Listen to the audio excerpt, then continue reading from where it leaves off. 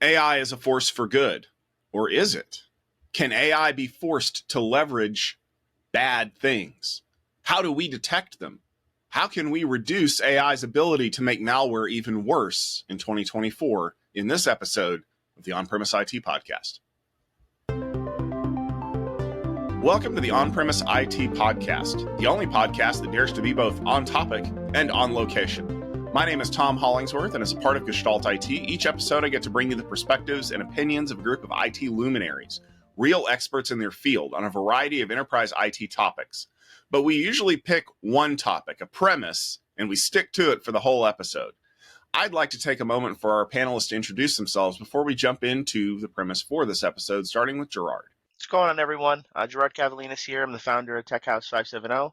You can find me on Twitter at @GKavalines, on LinkedIn at Girard Kavalines, wherever books are sold.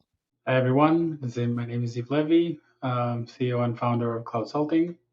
Hi, Matt Tyrer. I am president and chief analyst over at the Competitive Corner, and come to the table with 15 plus years in data protection, cybersecurity, and data resilience. So really looking forward to this topic. All right. Well, thank you all very much for joining us. Let's jump into the premise for today's episode. It's 2024. Malware is on the tip of everyone's tongue. And slightly behind that, in that bitter section of your tongue, is AI. I know we've talked about it. We've said so much about it. It's always in the news.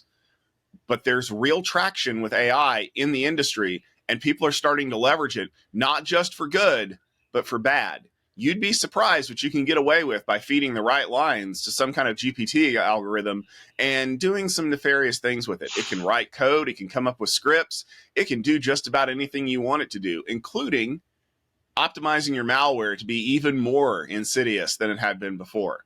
So the premise for today's episode is that AI is going to make malware even worse. So who wants to jump in and agree or disagree with that premise?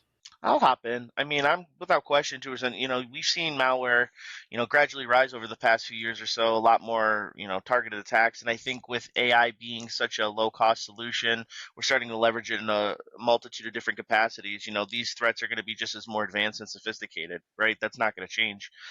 I think what's also going to be, the terrifying part to that is leveraging AI. You're going to have a lot more personalized and targeted attacks that could especially be leveraged at the cloud. So you're, setting yourself up for those exploits and having that vulnerability available in a multitude of different endpoints and capacities.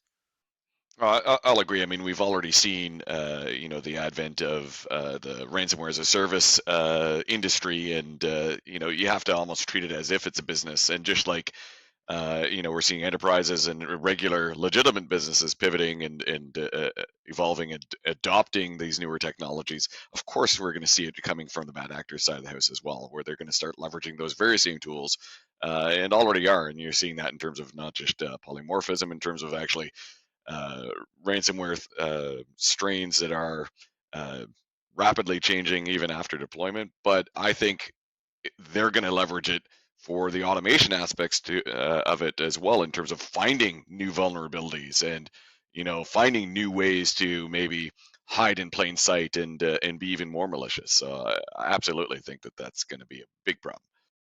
Yeah, I also agree with what was shared here recently. It's a growing concern, especially the automation part and the ever-changing form of malware going forward.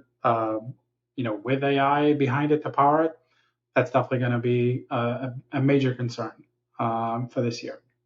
All right, I got to do this. I don't want to throw cold water on this whole thing, but this isn't going to happen. I'm going to tell the OpenAI people to go in there and create some custom code that says you cannot use my platform to write malware. If I give you a prompt that says, help me hack into my girlfriend's phone, oh, I'm sorry, I can't do that. I can fix this before it even starts. It's just a simple control, guys. You guys are blowing this out of proportion. I think there's a growing trend out there online with bypassing, the mechanism over and over and over again, with simulation of different drills, theoretical exercises, all kinds of good stuff that can be done as a practice, of course, and it's not intended for real use. Yeah, I was just gonna say, I feel like the last 2 years, especially more so in 2023, and coming into 2024, being in it, is you're gonna see a lot more breach and attack simulation, pen testing settings where they're just gonna keep ripping the code apart, ripping it apart, ripping it apart until eventually they modify it to get it to where they want to. Yeah, and you're kind of seeing the industry preparing for that kind of thing. Like if you see recently at AWS reInvent, they launched guardrails, which was one of their AI tools to kind of help secure the models themselves. So I mean, to Tom's point, I think that's going to be kind of on the defensive side, the next evolution or the next turn of the wheel, if you will, with AI in the big models out there is to start to introduce some of these checks and balances to reduce or make it more difficult, at least, to do kind of that prompt manipulation that you were talking about there, Ziv. I think it's fascinating that we've already seen kind of this prompt manipulation or AI avoidance through some of the catchy euphemisms we see in social media today. All you got to do is go watch something on TikTok where someone refers to somebody becoming unalive, and you'll know why people are trying to dodge these specific algorithm hunters. They know what the audio waveform for the word kill looks like, and they will wipe it out. But I think one of the problems that we're running into is that this is something that a lot of people are using publicly accessible AI sources for. Nobody's going to spend $2 million and stand up their own NVIDIA cluster to do malware development on it. So is there a way for the providers for these systems to be more proactive in locking people out, or gathering analytics from what they're seeing run on the platform to say, hey, we're seeing people that are trying to attack this specific segment of devices. Maybe we need to warn the manufacturers that there's an attack coming in this area, and they're basically just trying to refine their entry points. I'm going to jump in on something that you just said there and counterpoint it. Is like you were saying, a lot of the bad actors aren't going to spend $2 million building a NVIDIA cluster to develop their own AI model, but the state-sponsored ones certainly would. So, yes and no. It's like at some point, does it reach that tipping point of a business where you are actually going to see some of the big ransomware organizations spending that kind of money on infrastructure to develop their own platforms and AI tools to kind of get even further ahead. So that was the only counterpoint I was going to give there. Or perhaps renting those AI services from a state-sponsored actor that is less opposed to development on that platform for a fee. Yeah, absolutely, and even further than I think it would become a lot easier to actually go and start training different models, even if they're very small, but they're going to be very, very accurate, and it's going to be driven by past attacks, past vulnerabilities, and it's going to keep on gathering information and keep on gathering data just to get better and better and better. So I think this would be a greater concern, even if it's going to be off the platform. You can go ahead and start training models today, and it's only a matter of time until that, I would say, knowledge would become common knowledge, and people are going to start being pretty good at it. I mean, I think it's a matter too of staying proactive, right? Because you have to factor in, like, to Zip's point, is that you're seeing all these different threat actors. You're really kind of seeing the growth, right, and the manipulation of those threats. And I feel like it's still saying, you have to cut the head of the snake off, or else the problem's never going to go away. So it's just going to be a consistent issue that we're going to continue to see. And the main problem is still always going to be the human factor. When you're talking about entry points and penetration, it's still going to be the social engineering, the that kind of activity that is. I mean, I don't know. There's no real way around it.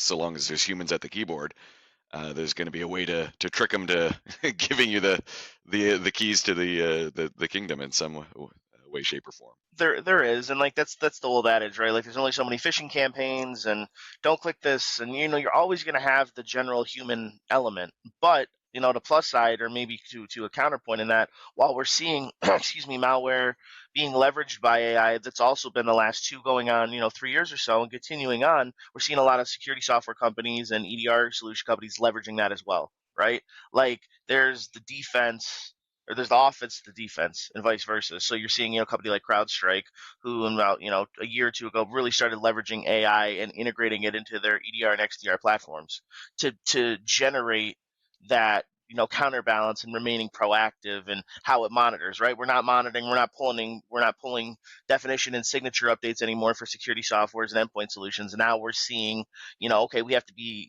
take a more proactive approach in how we're doing this. We can't be the dinosaurs. So. No, and as you said, there's AI can be used for good, not just evil, as well. And what I'm seeing, again, coming from the data protection, data management side, is a lot of the softwares like the CrowdStrikes, like the actual data backup and recovery vendors, introducing these other checks and balances into the mix in terms of really heavily focusing on user behavior, user access, really securing who can do what, and proper network segmentation, proper authorization segmentation in terms of like who actually can live in which parts of the network and touch which files and stuff like that. So all these things kind of compile together to add to that much more nuanced, layered strategy of defense. So yeah, AI is going to certainly cause problems in terms of giving tools to the bad guys, but at the same time, we're constantly developing on AI to build these better defenses. So Yeah, I just was, I know there was at the Commvault shift, and I don't remember off the top of my head verbatim, but I know there was a solution they were integrating with Microsoft to have what's called a clean room, right? So you could take the data. I mean, this is like, to me, and the way I would frame it, it's like next gen quarantining, because we used to just quarantine the threats, delete them, move on. Now you could actually have a dedicated clean room to go ahead, scrub it thoroughly, make sure it's there, then put whatever data or data segments back into the environment. Like, I think that's amazing. That's just taking those next steps. yeah, you see, I think Veritas came out with that as well as part of, I can't remember the program, but it had to do with having a clean room for kind of pen testing and stuff like that. Can't remember the name of it, but yeah, I know Commvault did that at their shift announcing that. So I'd expect to see a lot of people following suit with that, just in the same way that, everyone's adding their own co-pilots in, so which kind of dovetails into the next part is like, how do you think that we're going to see people actually handing over some of the automation more so to AI to allow them to respond in real time when they come up with threats? Or is it still going to be like, hey, we found an anomaly, but we want the human to check it first? Like, if AI is on the offense, are we going to start seeing businesses actually allowing AI to automate more on the defense? Yeah, I think it's just baby steps, getting there, starting with the human element, checking, and then eventually gradually making its way to that. So part of the reason why AI has so much to deal with is it needs data sets in order to build the algorithm and tease out the data that we're looking for. We have to feed it a massive amount of data. And so far, it feels like a lot of the data that we've been feeding to these systems is either very, very, very specific or so general as to create a lot of noise in the signal. Do you feel like one of the ways that we could train AI to be better at security is to kind of narrow the focus of the data sets that we're feeding it? And would companies who have access to that data be willing to share it with others to improve all AI algorithms to make us all safer? Absolutely. I think the first thing that needs to be done, it needs to be heavily regulated to make sure that everyone's going to play along. And in my opinion, it needs to be more precise. It needs to be accurate. I would say to a very particular, I would say, attack surface, and then it would be able to actually deliver in a much higher percentages in terms of its I would say airtight security. Obviously, it's not going to be perfect, but I think it's going to be much more accurate than just have one tool to try and solve it all. Yeah, and to go off your point too, it's the amount and how much data is it ingesting, right? Because if it's just taking in a bunch of nonsense, there's only so much you can filter through without false positives starting to arise and things of that nature. And you're starting to see that now too, in terms of software and tools that are leveraging AI. They are starting to branch out and leverage different AI tools and models and frameworks for specific tasks instead of trying to do the one size fits all. So you're starting to see that. It's like, hey, I'll use this model for this particular task. I'll use this one for that one. So you are starting to see that getting a little bit more focused in terms of leveraging the right tool for the right task. So yeah, I totally agree that we're going to see that continue into 2024 and beyond. Well, throughout 2024 and beyond. So let me ask the question, because one of the problems that we run into is not that AI is not capable of this. It's that we're not trusting enough of AI. And it kind of leads on to the question, are people going to be willing to turn this automation over? I think, would it be a better question to ask, will we ever trust AI enough to not second guess it? Because one of the things that we've seen a lot with machine learning algorithms up to this point is that sometimes it will surface insights that we had no idea about. And our first reaction is that can't be right. I mean, I look at the infamous, people buy more Pop-Tarts before a hurricane data analysis that Walmart did years ago. And everyone's first reaction is, no, that can't be right. But now we've kind of gotten to the point where we're like, well, the algorithm said that's true and it's based on hard data. Could there be a situation where humans will want to override an algorithm's solution to a problem because, well, I've been doing this for years and I know better than some dumb computer? I think that goes back to, the human element, right? Like, it's a matter, I mean, we all strive for perfection in some way. I don't, can we ever achieve it? Probably not. I mean, we're as close to what we, our definition of perfection, but I think that gradually, like I said, like baby steps, to take that time and then eventually get it to a point where you're comfortable with, okay, can I really leverage this tool and take a hands-off approach? That's going to be more of a preference based on the person, and the end user. I was going to say, I think there's always going to be that trust factor. Too many of us grew up with the Terminator, so we're always going to be worried about them finding Sarah Connor in the phone book. But I think you hit the nail on the head there, Tom. There's always going to be some trust element in terms of, like, is that a legitimate response, especially if it starts coming out with things that we didn't expect it to find. That's kind of part of the learning process, I would think.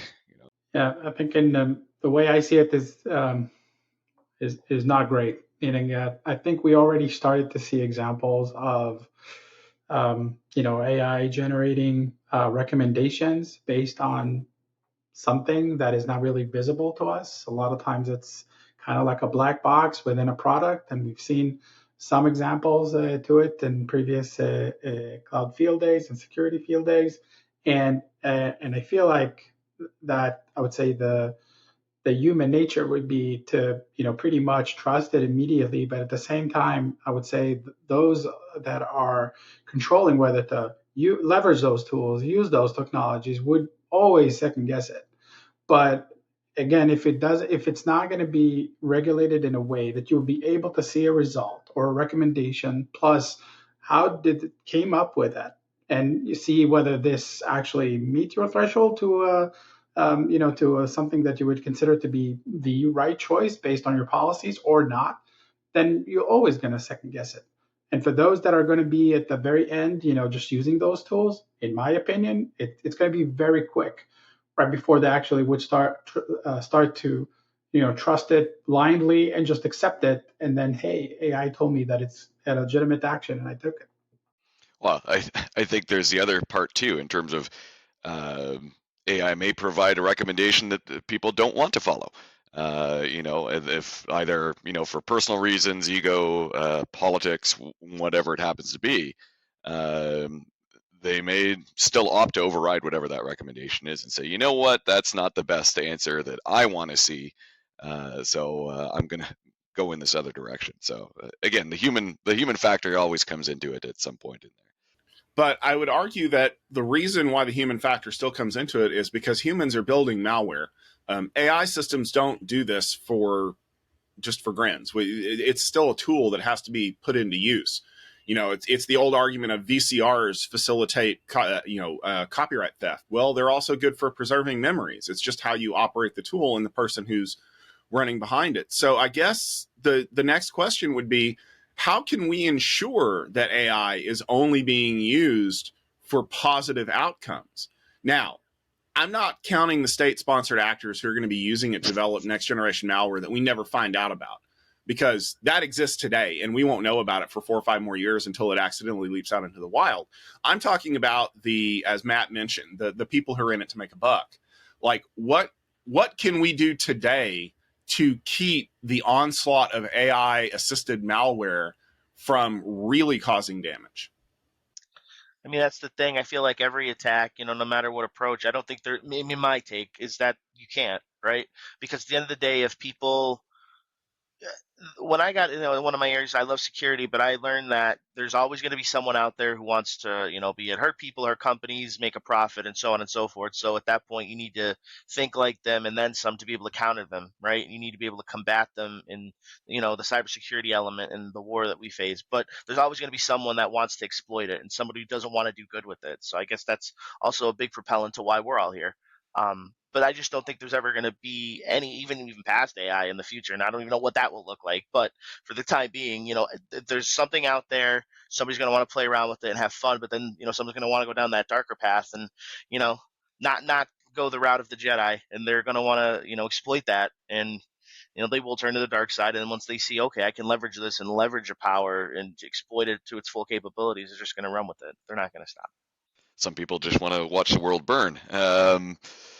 As we continue down the pop culture references here. But I think it kind of goes back to also an area that we were talking about a little bit earlier in the podcast was, about things like the guardrails and other elements to kind of help restrict those kinds of activity. And just, as you said, I don't think you can fully get rid of it or purge the ability to do it, but at least make it more challenging, make it more difficult for them to do that kind of manipulation and leverage at least the openly available models out there, make it harder for them to do evil.